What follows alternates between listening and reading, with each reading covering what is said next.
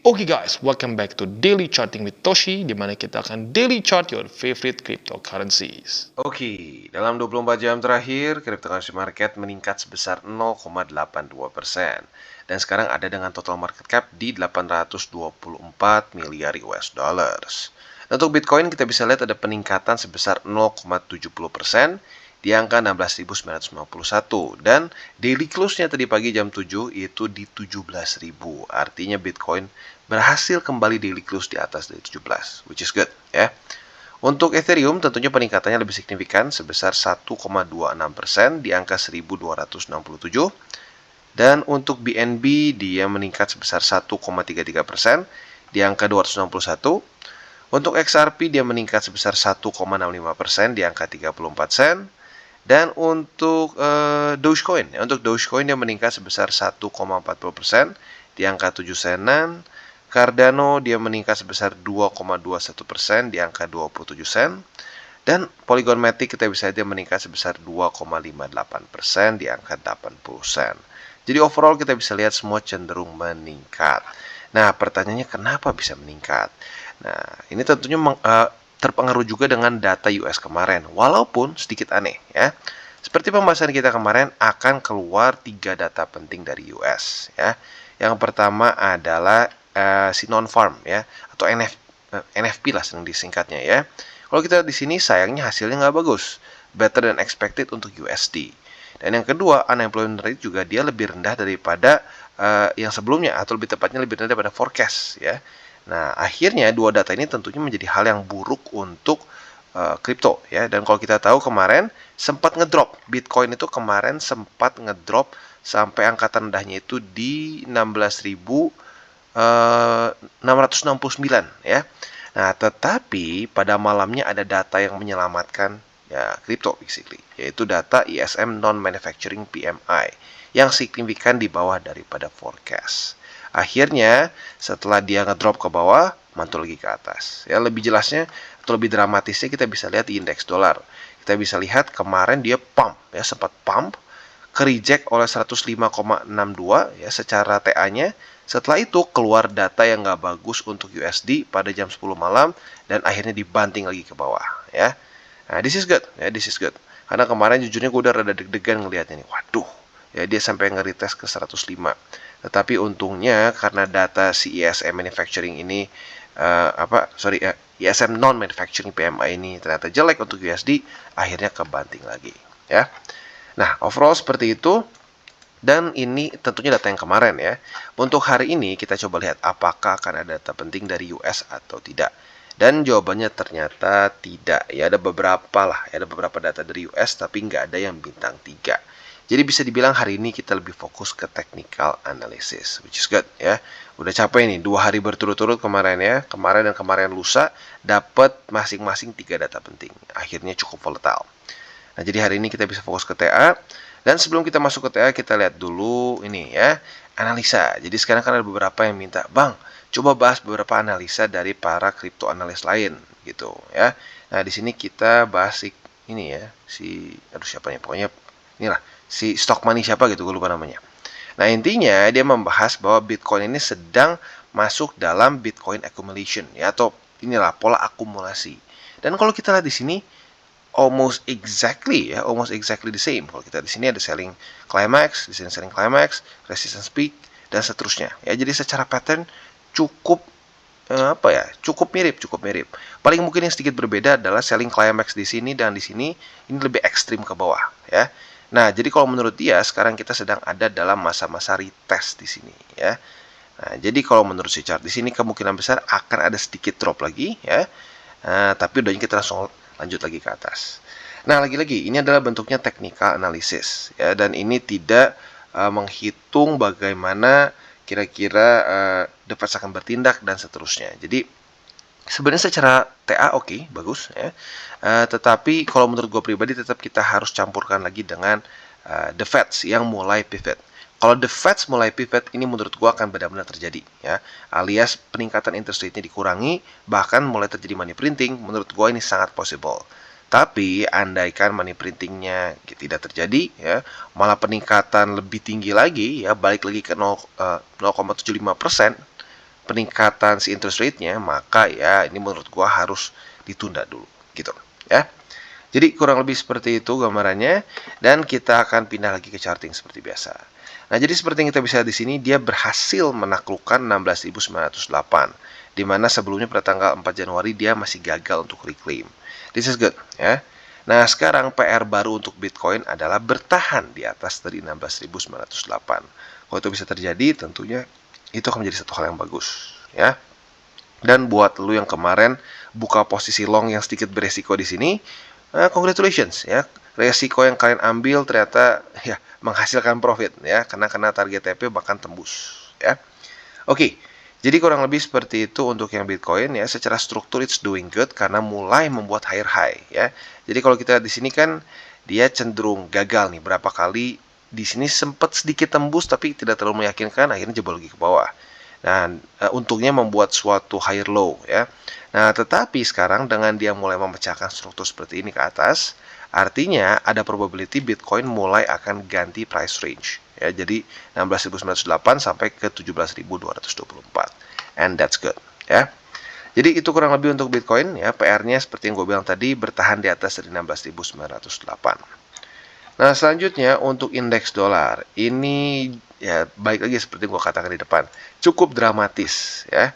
Kemarin ya setelah 2 hari lalu ya tepatnya ya, di mana dia mendapatkan 3 data yang bagus untuk indeks dolar, akhirnya dia naik ke atas ya. Ya sesuai dengan fundamentalnya. Nah, tetapi kemarin sebenarnya sedikit bikin mual awalnya. Karena pada faktanya kemarin itu keluar 2 datanya bagus untuk indeks dolar, makanya dia nge-pump ya. Ini 2 ini ya. Si NFP sama si unemployment rate. Ini membuat si indeks dolar nge-pump sampai ke 105,62 ya. Tetapi untungnya malamnya datanya jelek untuk indeks dolar, dan anehnya kebantingnya lumayan ekstrim ya. Dan untungnya sekarang kembali daily close di bawah dari 104,13.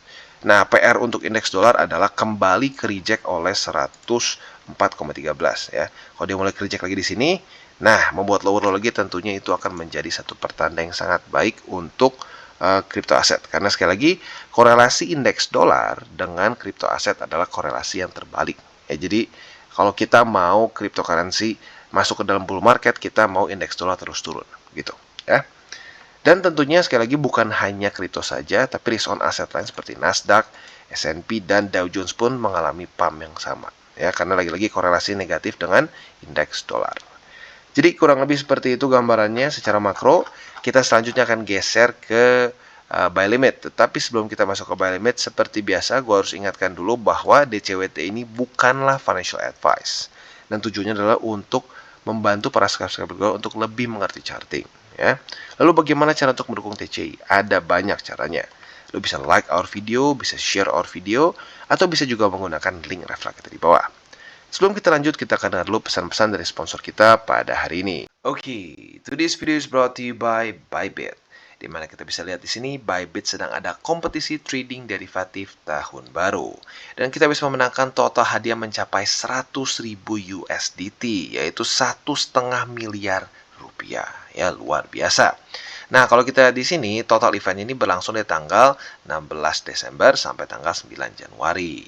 Lebih tepatnya, untuk pendaftaran dari tanggal 16 Desember sampai 5 Januari, dan periode perdagangan dari tanggal 23 Desember sampai 9 Januari. Jadi buat lo yang tertarik masih ada waktu ya.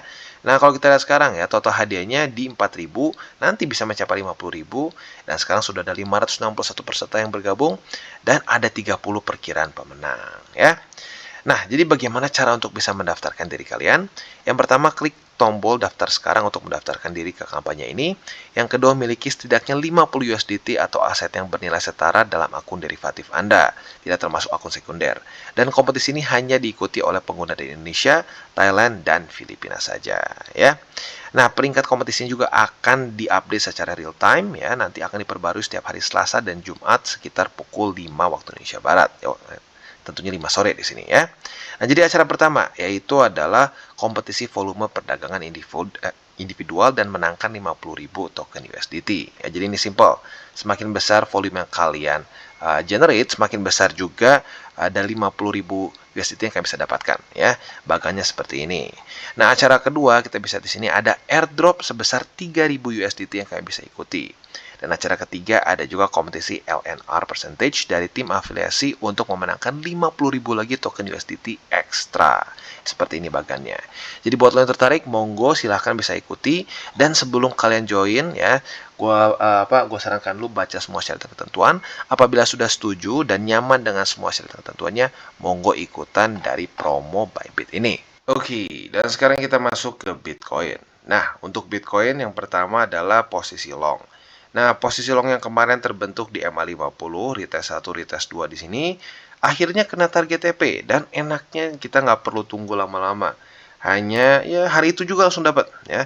Retest 1, retest 2 langsung kena TP. Jadi buat lo yang ngikutin DCWT kemarin, congratulations sudah dapat profit dari posisi long ya. Nah, selanjutnya ya seperti yang saya sudah katakan di depan ya. Ya, oke, ini ya sedikit tongue twister ya.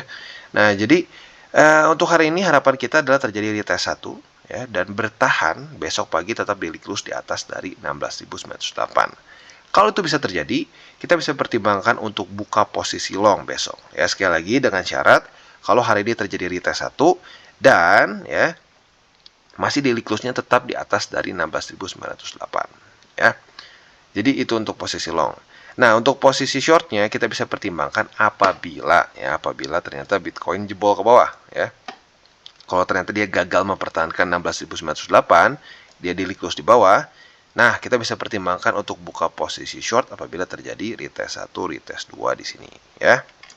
Nah, untuk posisi long kan tadi target TP di upper band di sini, atau kalau mau agresifnya di 17.224. Nah, untuk target TP posisi short, kalian bisa pilih ya.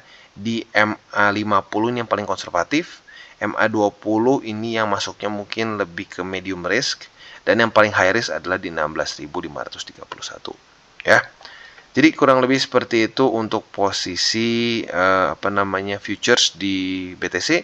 Dan untuk posisi spotnya sekarang kalian bisa pertimbangkan yang pertama di 16.908 dan di 16.531. Oke, dan untuk Ethereum juga kurang lebih sama ya, lu sama-sama mendapatkan hadiah yang luar biasa nih. Bahkan untuk Ethereum lebih ekstrim ya. Jadi kan kemarin ada setup ya posisi long di mana terjadi retest 1, retest 2. Gue udah bilang untuk posisi TP yang lebih agresif itu di 1276. Dan buat yang lebih konservatif di upper band ya, basic di 1260-an. Nah, buat lu yang sudah ambil di salah satu itu, tentunya sudah kena target TP-nya ya. Jadi, congratulations buat lu yang konservatif kemarin dapat sekitar, coba kita cek ya. Ya, konservatif mungkin sekitar 1,5%. Buat yang agresif dapat sekitar 2,5%. Ya, not bad. Nah, jadi itu untuk posisi long kemarin.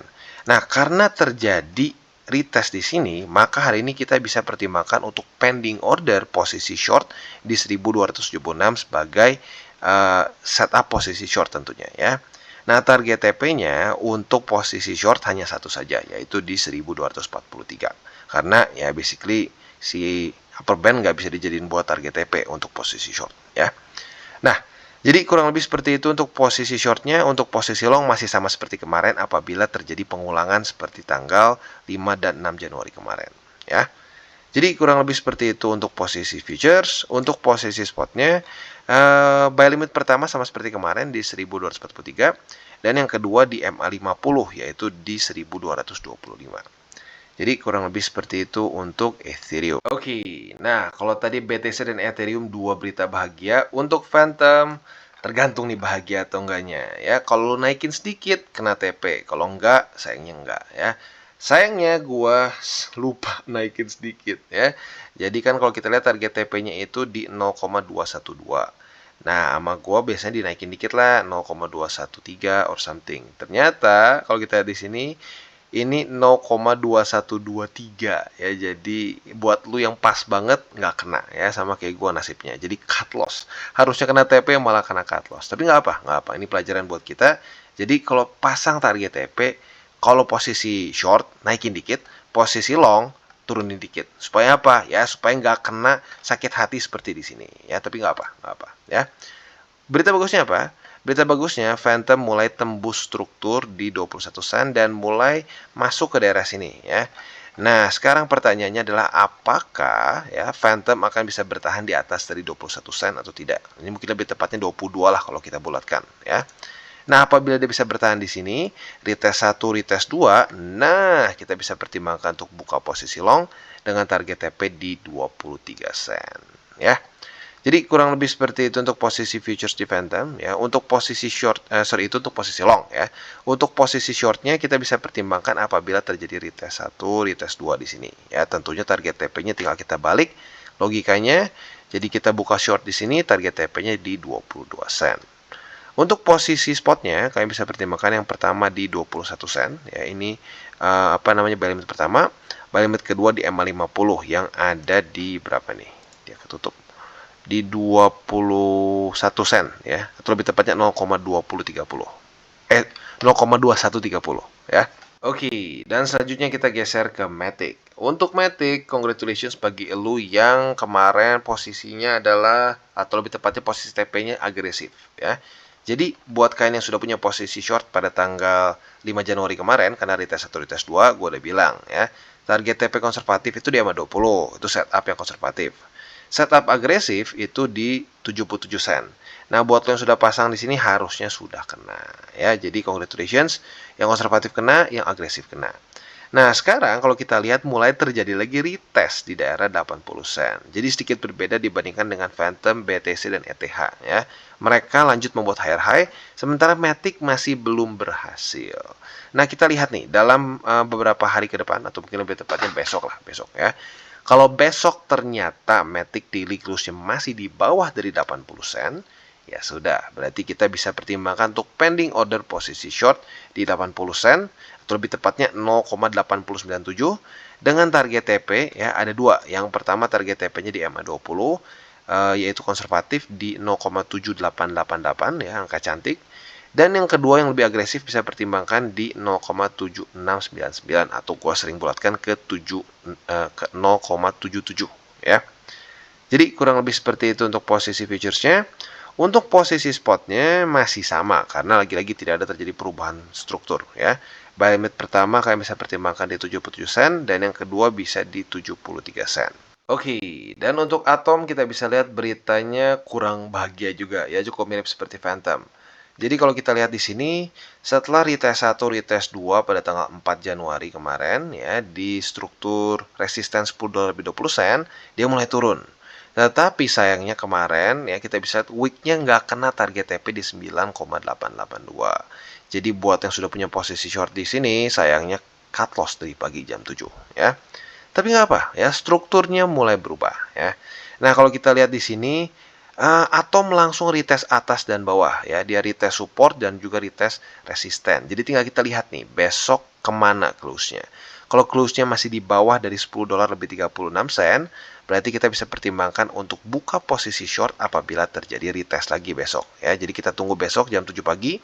Kalau dia close-nya masih di bawah, kita buka pending order. Kalau dia retest, langsung kita buka posisi short dengan target TP-nya di $10 lebih 20 sen. Nah, andaikan dia ternyata close-nya di bawah, ketekan, ya, berarti kita bisa pertimbangkan untuk buka pending order posisi long juga, yaitu di $10 lebih 20 sen. Ya, jadi intinya, kalau besok Atom daily close-nya masih di price range ini, kita bisa buka posisi long dan short, karena dua-duanya udah terjadi retest pertama, ya. Tentunya pending order, ya, nggak langsung dibuka. Jadi, kurang lebih seperti itu untuk posisi futures di Atom. Bisa dibilang sekarang price range-nya mulai berubah ke $10 lebih 20 sen sampai $10 lebih 36 sen, ya.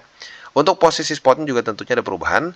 Buy limit pertama menjadi di $10 lebih 20 sen dan buy limit kedua jadi di $9 lebih 88 sen. Jadi kurang lebih seperti itu ending dari DCWT kita pada hari ini.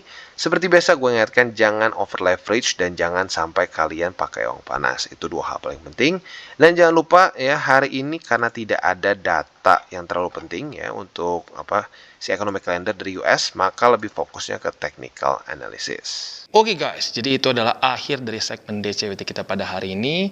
Dan jangan lupa bagi kalian yang merasakan manfaat dari segmen ini, jangan lupa untuk share ke teman-teman kalian. Dan apabila lu pengen mensupport channel kita, ya TCI, jangan lupa untuk menggunakan link referral kita di bawah. Nggak wajib, ya, tetapi apabila lu menggunakan link referral kita di bawah, ada macam-macam ya, dari Bybit, Huobi, Maxi, toko kripto, dan banyak lagi, ya. Ya, walaupun nggak wajib, tapi kalau menggunakan link referral kita, lu secara langsung membantu perkembangan dari TCI. Dan satu lagi, jangan lupa juga untuk join Telegram group kita, di mana kita bisa ngobrol-ngobrol santai mengenai dunia cryptocurrency secara dua arah. So, jangan lupa untuk like, subscribe, click the bell icon, and see you on the next video.